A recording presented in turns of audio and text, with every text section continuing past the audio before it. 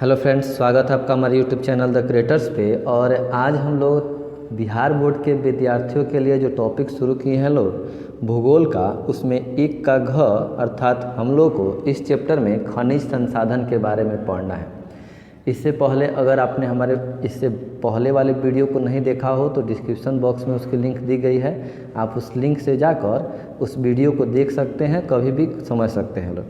चलिए, इस चैप्टर में हमें जो टॉपिक पढ़ना है वो टॉपिक खनिज संसाधन से जुड़ा हुआ है। सबसे पहले लिखा हुआ है कि खनिज कहते किसे हैं।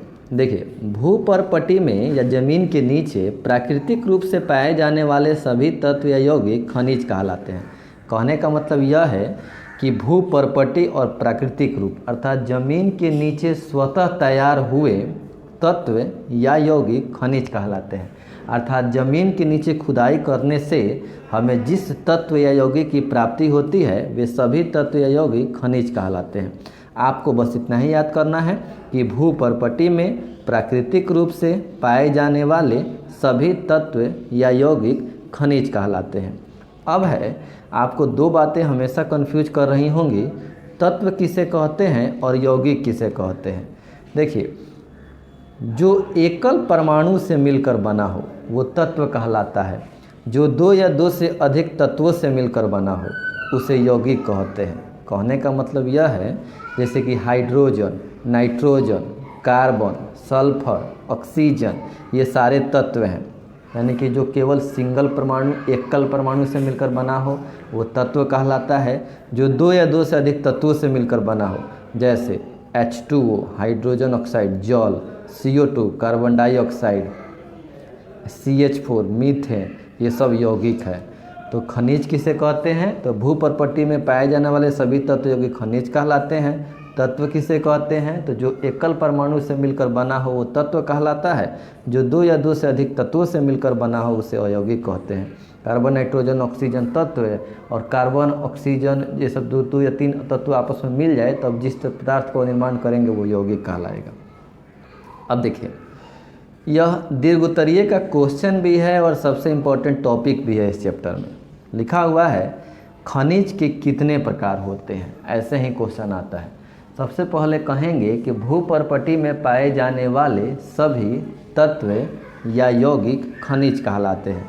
खनिज के मुख्यतः दो प्रकार होते हैं, एक धात्विक खनिज, दूसरा अधात्विक खनिज। वैसा खनिज जिसे गलाने पर अधिक मात्रा में धातु की प्राप्ति हो उसे धात्विक खनिज कहते हैं, और वैसा खनिज जिसे गलाने पर काफ़ी कम मात्रा में धातु की प्राप्ति हो या धातु की प्राप्ति नहीं हो उसे अधात्विक खनिज कहते हैं। तो कन्फर्म रहा, वैसे खनिज जिसे गलाने पर धातु की प्राप्ति हो उसे धात्विक खनिज कह लेंगे, जिसे गलाने पर धातु की प्राप्ति नहीं हो या काफ़ी कम हो उसे अधात्विक खनिज कहते हैं। अब धात्विक खनिज के दो प्रकार होते हैं, एक लौह युक्त खनिज और एक अलौह युक्त खनिज। वैसा धात्विक खनिज जिसे गलाने पर लोहे की प्राप्ति हो उसे लौह युक्त खनिज कहते हैं, और वैसा धात्विक खनिज जिसे गलाने पर लोहे की प्राप्ति नहीं हो उसे अलौह युक्त खनिज कहते हैं। जैसे मैग्नीज, निकेल, टंगस्टन, ये लौह युक्त खनिज है क्योंकि इसे गलाएंगे तो लोहे की प्राप्ति होगी, लेकिन सोना, चांदी, तांबा यह अलौह युक्त खनिज है, इसे गलाएंगे तो लोहे की प्राप्ति नहीं होगी। तो खनिज के कितने प्रकार हो गए? दो, एक धात्विक खनिज, एक अधात्विक खनिज। जिसे गलाने पर अधिक मात्रा में धातु मिले धात्विक, जिसे गलाने पर काफ़ी कम मात्रा में धातु मिले वो अधात्विक, जिसे गलाने पर अधिक मात्रा में लोहे की प्राप्ति हो लौहयुक्त खनिज जैसे मैग्नीज, निकेल, टंगस्टन, और जिसे गलाने पर काफ़ी कम मात्रा में लोहे की प्राप्ति हो उसे अलौहयुक्त खनिज कहते हैं, जैसे सोना, चांदी, तांबा इत्यादि। अब आते हैं लोग इसके प्रकार पर, एक है कार्बनिक, एक है अपकार्बनिक। आसान है, कहेंगे कि वैसा अधात्विक खनिज जिसे गलाने पर अधिक मात्रा में कार्बन की प्राप्ति हो वो कार्बनिक खनिज कहलाएगा, और जिसे गलाने पर अधिक मात्रा में कार्बन की प्राप्ति नहीं हो वो अकार्बनिक खनिज कहलाएगा। जैसे कोयला, पेट्रोलियम कार्बनिक खनिज कहलाएंगे, और अभ्रक, ग्रेफाइट और कार्बनिक खनिज कहलाएंगे। तो देखिए सबका क्वेश्चन में आंसर छुपा हुआ है। धातु को गलाने पर धातु प्राप्त हो, धात्विक खनिज, धातु न प्राप्त हो अधात्विक खनिज, लोहे की प्राप्ति हो लौह युक्त खनिज, लोहे की प्राप्ति न ही हो अलौह युक्त खनिज, कार्बन की प्राप्ति हो कार्बनिक खनिज, कार्बन की प्राप्ति नहीं हो अकार्बनिक खनिज। अब अगले टॉपिक पर आते हैं। लिखा है कि धात्विक और अधात्विक खनिज में आप अंतर बताइए। देखिए यह भी बहुत अच्छा टॉपिक है और आप लोग जब रसायन शास्त्र पढ़िएगा तो उसमें धातु और धातु में इसको पुनः आपको पढ़ना भी पड़ेगा। तो बहुत आसान है, इसी को देखते हैं लोग। क्वेश्चन भी आता है कि धात्विक और अधात्विक खनिज में अंतर बताइए। लिखा है कि धात्विक खनिज को गलाने पर धातु की प्राप्ति होती है, जबकि अधात्विक खनिज को गलाने पर धातु की प्राप्ति नहीं होती है।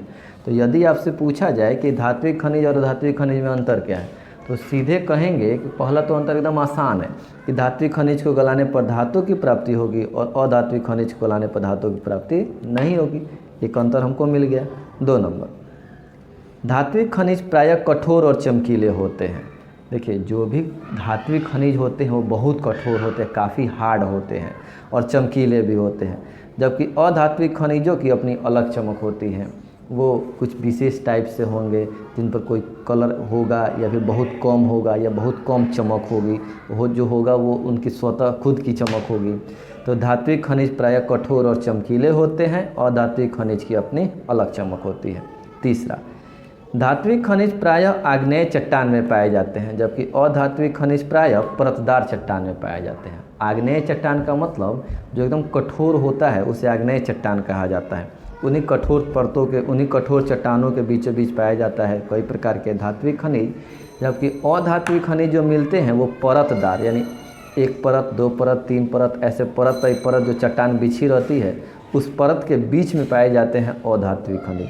चौथा और अंतिम, धात्विक खनिज को पीट कर आप तार या चादर बना सकते हैं, क्योंकि पीटने पर ये फैल जाते हैं। जैसे हम लोहे को पीटेंगे, सोना को पीटेंगे, तांबा को पीटेंगे हथौड़ा से, तो यह चूर चूर नहीं होगा, यह फैलेगा, यह चादर की तरफ फैल जाएगा या तार की तरह खींचकर पतला हम निकाल सकते हैं।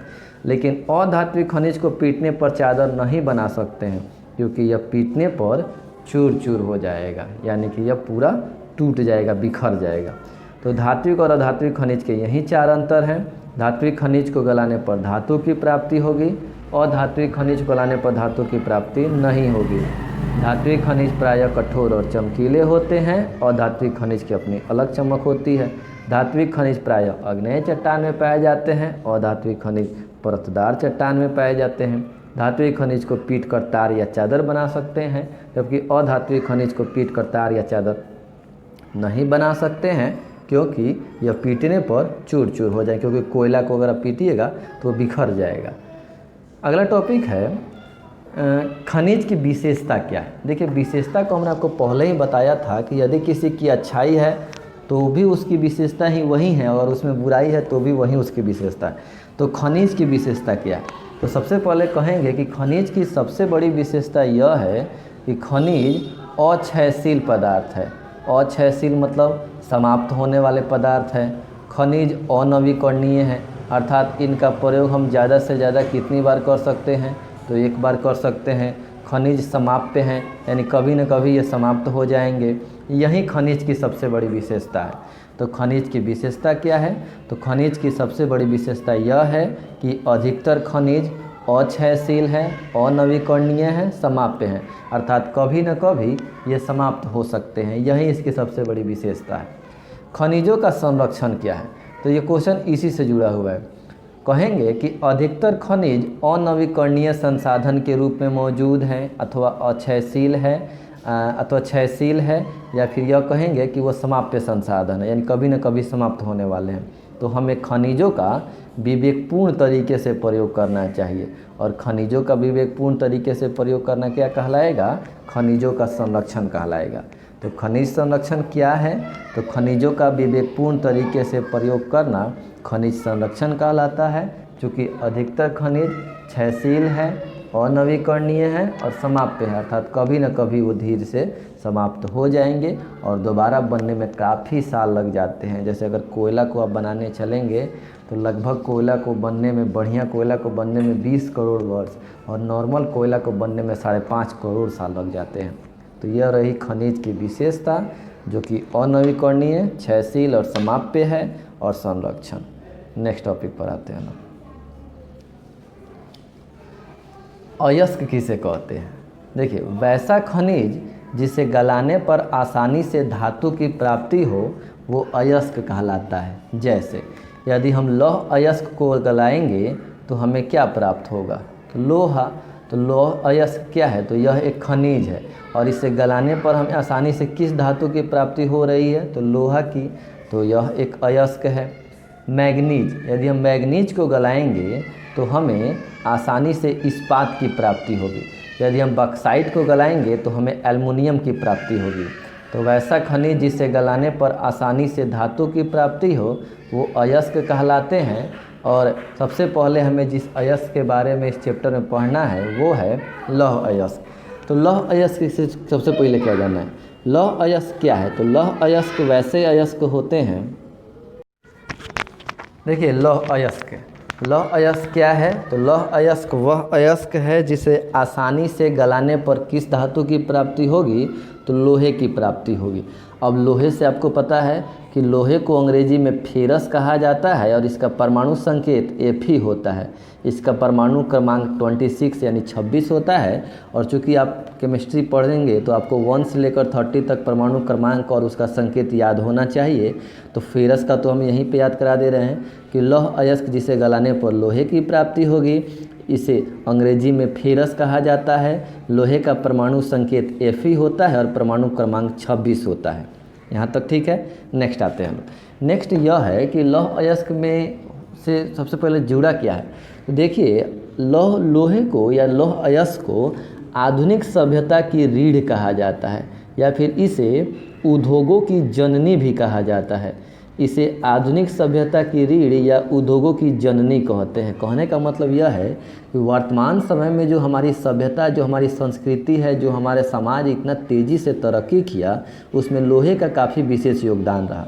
कैसे? क्योंकि जितने भी उद्योग बने हैं और जितने वस्तु का उत्पादन शुरू हुआ, औद्योगिकरण हुआ ब्रिटेन से, विश्व के रूपरेखा बदल गई, उपनिवेशवाद आया, साम्राज्यवाद आया, भारत स्वतंत्र हुआ, विश्व इतना तेज़ी से तरक्की किया, वस्तु का उत्पादन इतना तेज़ी से हो पा रहा है। सब चीज़ कहीं ना कहीं लौह अयस्क पर निर्भर करता है। क्योंकि उद्योग बनाने के लिए यानी मशीन बनाने के लिए लोहे की आवश्यकता थी और वह लोहा हमें लौह अयस्क से प्राप्त हो सकता था। तो लौह अयस्क क्यों इम्पोर्टेंट है? तो लौह अयस्क को रीढ़ की हड्डी कहा जाता है। लोहे को उद्योगों की जननी कहा जाता है। यानी अगर विश्व में उद्योग की शुरुआत हुई तो उद्योग की शुरुआत किस कारण से हुई? लोहे से, क्योंकि उद्योगों में मशीन को लोहे से ही बनाना था। नेक्स्ट टॉपिक पर आते हैं। लौह अयस्क के 3 प्रकार होते हैं। एक हेमेटाइट, दूसरा मैग्नेटाइट, तीसरा लिमोनाइट। जब भी आपसे पूछा जाए कि लौह अयस्क के कितने प्रकार होते हैं तो हम कहेंगे कि लौह अयस्क के मुख्यतः 3 प्रकार होते हैं। Hematite, magnetite, limonite. बार बार आपको याद दिला रहे हैं, हेमेटाइट, मैग्नेटाइट, लिमोनाइट। हेमेटाइट सबसे उत्तम कोटि का लौह अयस्क है। इसको अगर गलाएंगे तो लगभग 72% के आसपास लोहे की प्राप्ति हो जाएगी। देखिए, इनका उपनाम भी है। उपनाम मतलब इसे कुछ अलग कलर से भी इसको गलाने पर प्राप्त होगा। जैसे हेमेटाइट को लाल अयस्क, मैग्नेटाइट को काला अयस्क और लिमोनाइट को पीला अयस्क कहा जाता है। कहने का मतलब यह है कि यदि पूछा जाए कि लौह अयस्क कितने प्रकार है? 3। कौन कौन? Haematite, magnetite, limonite. इनका उपनाम क्या है? तो हेमेटाइट को लाल अयस्क, इसको काला अयस्क, इसको पीला अयस्क। याद करने का तरीका को बताए थे। हमेशा आप ऐसे इस सीक्वेंस को याद कीजिए, ऊपर से नीचे। हेमेटाइट, मैग्नेटाइट, लिमोनाइट, लाल अयस्क, काला अयस्क, पीला अयस्क। लौह अयस्क के 3 प्रकार। अब तक हमने जो पढ़ा उसको हम दोहरा देते हैं। हमने यह पढ़ा कि लौह अयस्क से प्राप्त लोहे की प्राप्ति होगी, संकेत Fe, परमाणु क्रमांक 26। इसे उद्योगों की जननी, आधुनिक सभ्यता की रीढ़ कहेंगे। इसके 3 प्रकार हैं, हेमेटाइट, मैग्नेटाइट, लिमोनाइट, लाल अयस्क, काला अयस्क, पीला अयस्क। अब आते हैं लोग इसके विस्तार पर। विस्तार कहता है कि विश्व में सबसे अधिक लोहा पाया जाता है चीन में, जबकि विश्व में लोहे के हिसाब से भारत का स्थान 4था है। तो जब भी आपसे पूछा जाए ऑब्जेक्टिव क्वेश्चन में कि विश्व में सबसे अधिक लोहा किस देश में पाया जाता है, तो वो चीन में पाया जाता है। और विश्व में लोहे संरक्षण की दृष्टि से भारत का स्थान कौन सा है, तो भारत विश्व में लोहे का 1/4 भाग भारत में पाया जाता है। अब है भारत में लौह अयस्क का वितरण, यानी भारत के किस राज्य में सबसे अधिक लोहा पाया जाता है। देखिए, भारत में जितना लोहा है उसका 95% लोहा भारत के मात्र 5 ही राज्यों में पाया जाता है, जबकि बाकी 5% अन्य राज्यों में पाया जाता है। यानी कि वो मात्र 5 ऐसे राज्य हैं जो पूरे भारत के लोहे का 5% लोहा उसी क्षेत्र में पाया जाता है। जैसे सबसे अधिक लोहा पाया जाता है कर्नाटक में, फिर उसके बाद छत्तीसगढ़ में, फिर उड़ीसा में, फिर गोवा और फिर झारखंड। यानी सबसे अधिक लोहा कर्नाटक, 2 नंबर पर छत्तीसगढ़, 3 नंबर पर उड़ीसा, 4 नंबर पर गोवा, 5 नंबर पर झारखंड। कर्नाटक में कितना लोहा पाया जाता है, तो कर्नाटक में कुल 25% भारत के कुल लोहे का, छत्तीसगढ़ में 20%, उड़ीसा में 19%, गोवा में 16%, झारखंड में 15%। याद तरीका कैसे, 5 राज्य हैं, याद फिर सीक्वेंस से करेंगे, ऐसे ऊपर से नीचे आएंगे। कर्नाटक, छत्तीसगढ़, उड़ीसा, गोवा, झारखंड, 5 आपको याद करना इसलिए भी ज़रूरी है क्योंकि ये लघुत्तरीय क्वेश्चन भी है। तो कर्नाटक, छत्तीसगढ़, उड़ीसा को से शुरू करना है। कर्नाटक, छत्तीसगढ़, उड़ीसा, गोवा, झारखंड। कर्नाटक, छत्तीसगढ़, उड़ीसा, गोवा, झारखंड। 1 नंबर पर कर्नाटक, फिर छत्तीसगढ़, फिर उड़ीसा, फिर गोवा, फिर झारखंड। तरीका परसेंटेज का 2-2 करके याद कीजिएगा। 25 एक बार याद कर लीजिएगा, फिर उसके बाद 20 और 19 को एक साथ, और 16 और 15 को एक साथ। यानी 25, 20, 19, 16, 15, 25%, उसके बाद 20, 19, उसके बाद 16, 15, सबको जोड़िएगा तो लास्ट में 95 आ जाएगा। तो भारत के कुल लौह अयस्क का 5 राज्यों में 95% पाया जाता है। इसमें से कर्नाटक, छत्तीसगढ़, उड़ीसा, गोवा, झारखंड 25, 20, 19, 16, 15। ये रहा लौह अयस्क।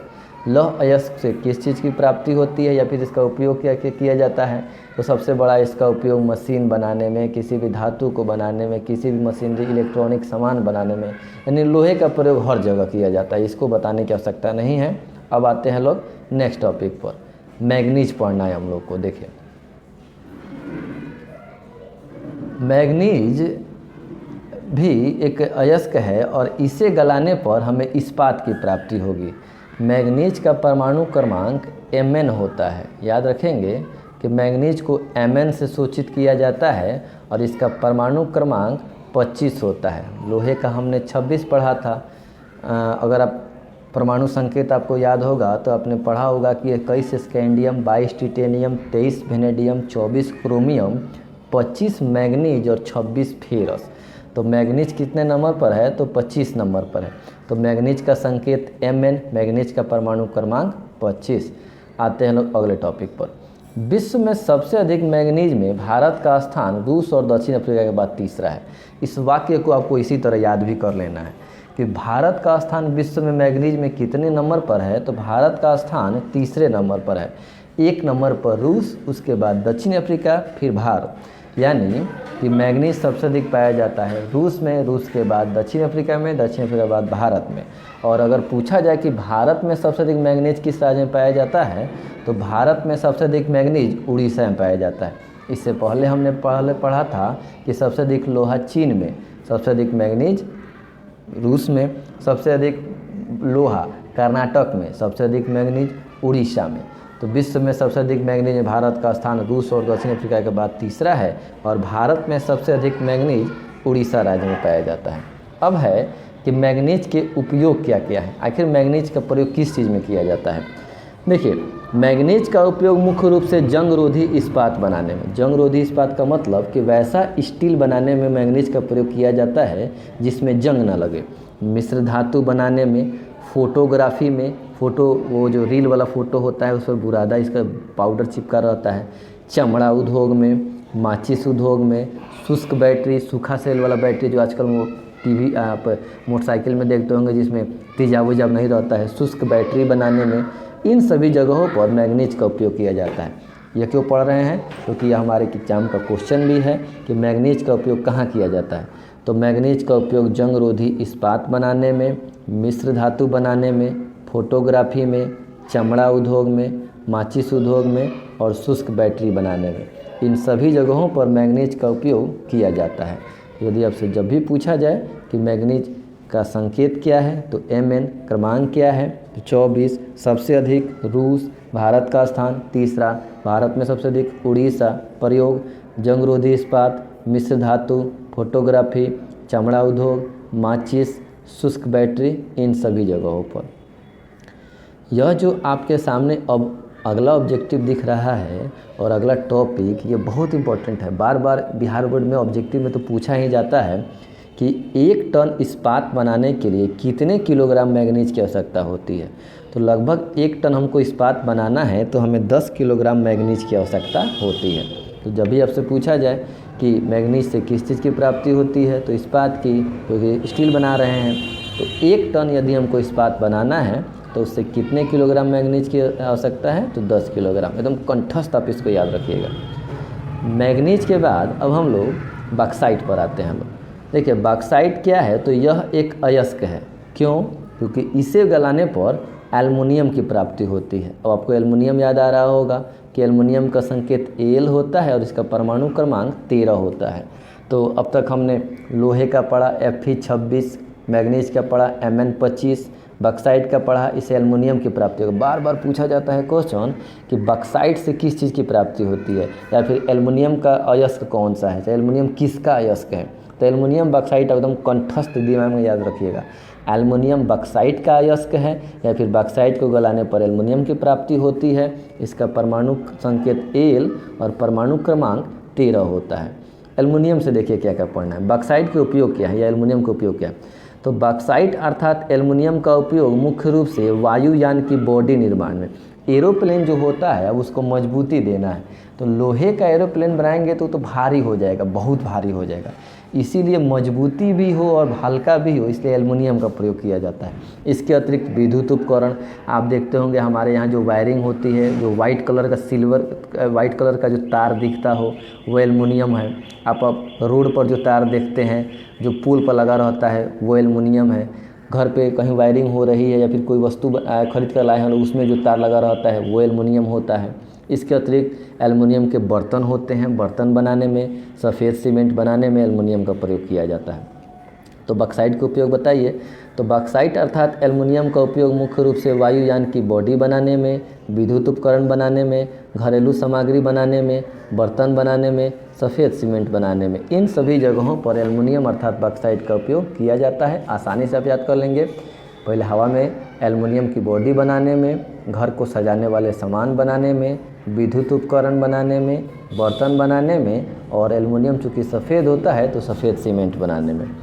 अब अगर यह पूछा जाए कि भारत में सबसे अधिक बॉक्साइट कहाँ पाया जाता है तो भारत में सबसे अधिक बॉक्साइट उड़ीसा में पाया जाता है। तो 3 चीज़ हमने अब तक याद किया। लोहा सबसे अधिक कहाँ पाया जाता है, कर्नाटक, फिर छत्तीसगढ़, फिर उड़ीसा, फिर गोवा, फिर झारखंड। अगर यह पूछा जाए कि मैग्नीज सबसे अधिक कहाँ पाया जाता है तो उड़ीसा में। फिर हम पढ़े लोग बॉक्साइट सबसे अधिक कहाँ पाया जाता है तो बॉक्साइट भी सबसे अधिक उड़ीसा में पाया जाता है। देखिए तांबे को एक अलौहयुक्त धातु कहा जाता है। अलौहयुक्त धातु का मतलब वैसा खनिज जिसे गलाने पर धातु की प्राप्ति न हो या फिर लोहे की प्राप्ति न हो उसे अलौहयुक्त कहते हैं। यानी कि यदि हम तांबे को गलाएंगे तो यह लोहे की प्राप्ति नहीं होगा, इसे लोहा नहीं मिलेगा, केवल और केवल तांबा मिलेगा। तो तांबा एक अलौहयुक्त धातु है। इसका प्रयोग मुख्य रूप से बर्तन बनाने में, सिक्के बनाने में और विद्युत उपकरण बनाने में किया जाता है। जब भी पूछा जाए कि तांबे का मुख्य उपयोग बताइए तो तांबे का उपयोग मुख्य रूप से बर्तन बनाने में, तांबा का बर्तन होता है, तांबे के सिक्के होते हैं, और विद्युत उपकरण बनाने में भी तांबे का प्रयोग किया जाता है। यदि आप विद्युत उपकरण अपने आसपास देख रहे होंगे तो आपको 2 तरह के तार दिखेंगे, या तो गोल्डन कलर के या तो सिल्वर कलर के, वाइट कलर के। तो वाइट कलर के जो तार होते हैं वो एल्युमिनियम होते हैं और जो गोल्डन कलर के होते हैं वो मुख्य रूप से तांबा होता है। तो देखिए अगर यह पूछा जाए कि विद्युत का सबसे अच्छा सुचालक कौन सा पदार्थ है तो विद्युत का सबसे अच्छा सुचालक होता है चांदी। चांदी का मतलब कि अगर हमको फुल मात्रा में, फुल कैपेसिटी में इलेक्ट्रिसिटी चाहिए तो वो सबसे अच्छा होता है चांदी, यानी कि एकदम चांदी के तार का प्रयोग करेंगे तो हमें पूरा का पूरा 100% विद्युत मिल सकता है, मतलब थोड़ा सा कम हो सके। तो विद्युत का सबसे अच्छा सुचालक, यानी जो अपने से अच्छा से विद्युत को गुजार दे उसे सुचालक कहते हैं, और जो विद्युत को रोक देता है बीच में उसे कुचालक कहते हैं। तो विद्युत का सबसे अच्छा सुचालक होता है चांदी, और चांदी के बाद विद्युत का सबसे अच्छा सुचालक होता है तांबा। तो तांबा क्या है? तो तांबा एक अलौहयुक्त धातु है। इसका प्रयोग बर्तन बनाने में, सिक्के बनाने में और विद्युत उपकरण बनाने में प्रयोग किया जाता है। चांदी तो काफ़ी महंगा है, इसीलिए सबसे अधिक मात्रा में जिस पदार्थ का उपयोग किया जाता है विद्युत उपकरण में वो तांबा होता है। तांबे का संकेत Cu होता है और इसका परमाणु क्रमांक 29 होता है। 29 कॉपर कहा जाता है, 29 कॉपर 30 जिंक। तो तांबे का संकेत Cu कॉपर और इसका परमाणु क्रमांक 29 होता है। यह एक अलौहिक धातु है। और यदि पूछा जाए कि भारत में तांबे का कुल भंडार कितना है तो 125 करोड़ टन, 5 के पावर 3, 5 गुने 5 गुने 5, 5 पचे 25 पचे 125, यानी भारत में तांबे का कुल भंडार कितना है?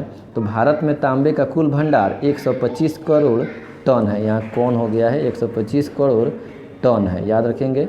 भारत में तांबे का कुल भंडार 125 करोड़ टन है। भारत में सबसे अधिक तांबा कहाँ पाया जाता है? तो भारत में सबसे अधिक तांबा मध्य प्रदेश राज्य में पाया जाता है। तो तांबे से हमको इतना ही पढ़ना था कि यह एक अलौहिक धातु है। इसका प्रयोग बर्तन बनाने में, विद्युत उपकरण में और सिक्के बनाने में। तांबे को Cu से संकेत सूचित करते हैं, परमाणु क्रमांक 29 है और सबसे अधिक तांबा मध्य प्रदेश में पाया जाता है। अब आते हैं लोग अभ्रक पर। अभ्रक में भारत का स्थान विश्व में पहला स्थान है। अभ्रक क्या है? तो कभी कभी आप लोग देखते होंगे कि विद्युत उपकरण जो होते हैं और पोल पर जो तार लगे होते हैं, तो एक पोल से दूसरे पोल में जब तार के बीच में जो पोल लगा रहता है उसी को जो कत्थी कलर का आप देखिएगा वो अभ्रक होता है। तो अभ्रक उत्पादन में भारत का विश्व में पहला स्थान है। भारत में सबसे अधिक अभ्रक कहाँ पाया जाता है? तो आंध्र प्रदेश में पाया जाता है। देखिए, अ से अभ्रक और अ से आंध्र प्रदेश। तो सबसे अधिक अभ्रक किस राज्य में पाया जाता है? तो आंध्र प्रदेश। और विश्व में सबसे अधिक अभ्रक कहाँ पाया जाता है? तो वो भारत में पाया जाता है। जबकि सबसे अधिक अभ्रक का उत्पादन भारत में बिहार और झारखंड राज्य मिलकर 80% उत्पादित करते हैं। दोनों क्वेश्चन का मतलब समझिए। सबसे अधिक अभ्रक किस देश में पाया जाता है? तो भारत में। किस राज्य में पाया जाता है? तो आंध्र प्रदेश में। और सबसे अधिक अभ्रक का उत्पादन कौन से 2 राज्य करते हैं? तो बिहार और झारखंड ये वैसे राज्य हैं जो भारत में जितना अभ्रक होता है उसका 80% यह उत्पादित करते हैं। तो दोनों में अंतर आपको समझ में आ रहा होगा। पाया जाता मतलब कि स्टॉक कहाँ पर है सबसे अधिक? तो आंध्र प्रदेश में। और उत्पादन सबसे अधिक कौन सा राज्य कर रहा है? तो बिहार और झारखंड। वो भी कितना परसेंट? तो 80%। यह भी बिहार बोर्ड में बार बार पूछा जाता है, इसलिए हम इसे इतना रिपीट कर रहे हैं। नेक्स्ट, अभ्रक का उपयोग बताइए। देखिए, लिखा तो नहीं है लेकिन आपको बता देते हैं कि यह ताप और विद्युत का कुचालक होता है, यानी कि इसके से यह ताप को भी सह सकता है और विद्युत को भी सह सकता है। इस कारण इसका प्रयोग विद्युत उपकरण बनाने में और आयुर्वेदिक दवा बनाने में इसका प्रयोग किया जाता है। तो यह अभ्रक के प्रयोग हो गए कि ताप और विद्युत के कुचालक होने के कारण अभ्रक का प्रयोग आयुर्वेदिक दवा और विद्युत उपकरण में किया जाता है।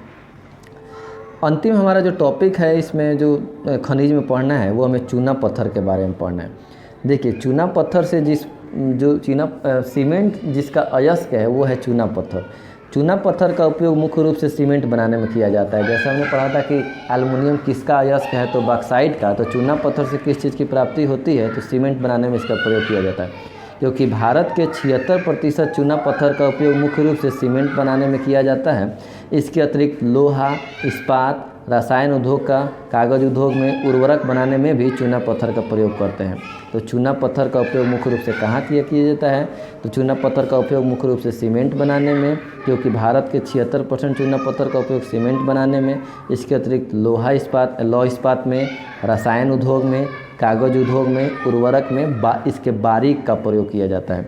जबकि सबसे अधिक चूना पाया जाता है, चूना पत्थर, मध्य प्रदेश में। और अंतिम लिखा हुआ है कि विद्युत का सबसे अच्छा सुचालक चांदी है और उसके बाद तांबा है, जो हमने अभी पढ़ा था। इसके बाद हम लोग आते हैं कुछ ऑब्जेक्टिव जो इससे जुड़ा हुआ है। जैसे चूना पत्थर किसका प्रमुख कच्चा माल है? तो सीमेंट का। एल्युमिनियम किसका कच्चा माल है? तो बॉक्साइट का। तो चूना पत्थर सीमेंट से जुड़ा है और बॉक्साइट से एल्युमिनियम जुड़ा है। 4 जगह हैं जो आपको याद करने पूछता है कि ये किस चीज़ के लिए फेमस है। जैसे कर्नाटक का कोलार यह सोना के लिए जाना जाता है। क्वेश्चन आएगा कि निम्न में से कौन सा स्थान गोल्ड के लिए प्रसिद्ध है? तो कर्नाटक का कोलार। झारखंड का झरिया नामक जगह कोयला के लिए प्रसिद्ध है। झारखंड का जादूगोड़ा यूरेनियम के लिए प्रसिद्ध है और राजस्थान का खेतड़ी तांबे के लिए प्रसिद्ध है। तो कर्नाटक का कोलार सोना के लिए, झारखंड का झरिया कोयला के लिए, झारखंड का जादूगोड़ा यूरेनियम के लिए और राजस्थान का खेतड़ी तांबे के लिए प्रसिद्ध है। यानी ये सारे खनिज इस क्षेत्र में ज़्यादा पाए जाते हैं। क्वेश्चन क्या करता है, पूछ देगा कि खेतड़ी किससे संबंधित है? तांबे से। जादूगोड़ा किस संबंधित है? यूरेनियम से। झरिया कोयला से। कोलार सोना से। तो देखिए अब हम लोग का केवल बुक्स ऑब्जेक्टिव बचा है। बुक्स ऑब्जेक्टिव में हम लोगों को लगभग 10 या 15 दिया होगा। हम देख लेते हैं एक बार क्रॉस चेक।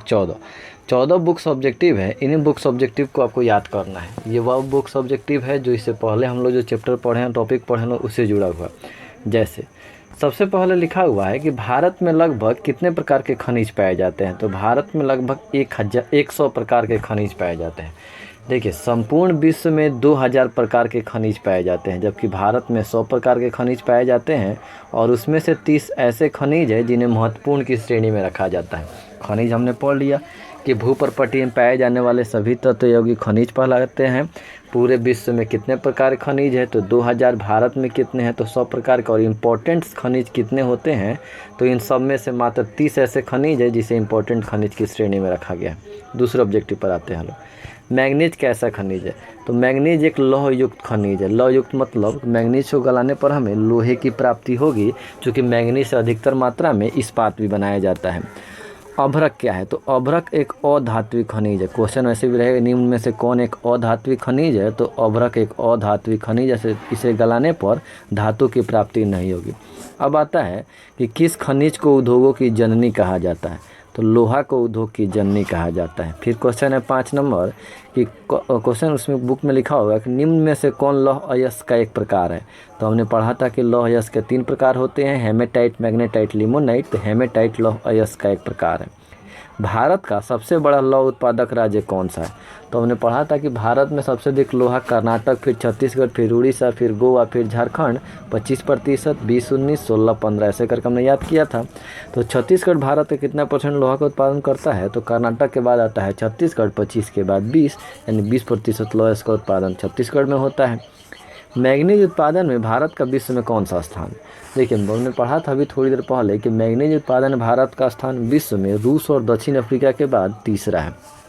नेक्स्ट, 1 टन इस्पात बनाने के लिए कितने किलोग्राम मैग्नीज की आवश्यकता होती है? तो लगभग 10 किलोग्राम मैग्नीज की आवश्यकता होती है 1 टन इस्पात बनाने के लिए। ये काफ़ी इंपॉर्टेंट क्वेश्चन है। मैग्नीज सबसे अधिक किस राज्य में पाया जाता है? तो उससे पहले जब हम लोग मैग्नीज पढ़े थे हम लोग कि मैग्नीज सबसे अधिक उड़ीसा में पाया जाता है। एल्युमिनियम बनाने के लिए किस चीज़ की आवश्यकता होती है? तो बॉक्साइट से। और बॉक्साइट एल्युमिनियम से, एल्युमिनियम बॉक्साइट से जुड़ा हुआ है। देश में तांबे का कुल भंडार कितना है? तो आपको पढ़ाए थे हम 5, 5, 5, 5 गुने 5 गुने 5। तो देश में तांबे का कुल भंडार 125 करोड़ टन है। अभी बिहार और झारखंड देश के कितने % अभ्रक का उत्पादन करते हैं? तो लगभग 80% अभ्रक का उत्पादन बिहार और झारखंड करते हैं। और अंतिम ऑब्जेक्टिव है कि सीमेंट उद्योग का प्रमुख कच्चा माल क्या है? तो चूना पत्थर। तो जिस तरह से एल्युमिनियम और बॉक्साइट एक दूसरे से जुड़े हैं, उधर सीमेंट और चूना पत्थर बार बार पूछा भी जाता है। यह टॉपिक यहीं पर समाप्त होता है। अब हम लोग मिलते हैं अगले वीडियो में अगले टॉपिक के साथ। तब तक के लिए घर पर रहें, स्वस्थ रहें। धन्यवाद।